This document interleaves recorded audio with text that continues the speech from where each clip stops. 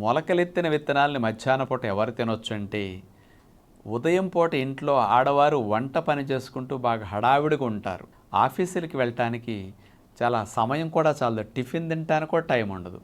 అలాంటి వారు ఉదయం చాలామంది జ్యూసులు తాగేసి వెళ్ళిపోతూ ఉంటారు. లేకపోతే ఏమీ తినకుండా వెళ్ళిపోతుంటారు. ఇలాంటి వారు మొలకల్ని మధ్యాహ్న పూట తినొచ్చు. ఎవరికైతే మొలకలు నవలాలంటే గంటంపావు సమయం పడుతున్నదో, ఉదయం పూట అంత సమయం లేదని మానేద్దామనుకుంటారు. ఇలాంటి వారు ఉదయం పూట మొలకలు తినకుండా మధ్యాహ్నం లంచ్ బాక్స్ పట్టుకెళ్ళకుండా మొలకల బాక్స్ పట్టుకెళ్ళి వాళ్ళు అక్కడ తింటే మంచిది.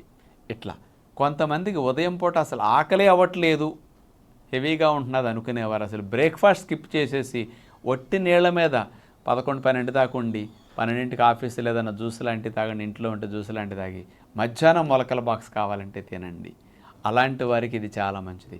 ఉదయం పూట కంటే మధ్యాహ్నం మొలకలు తింటే కూడా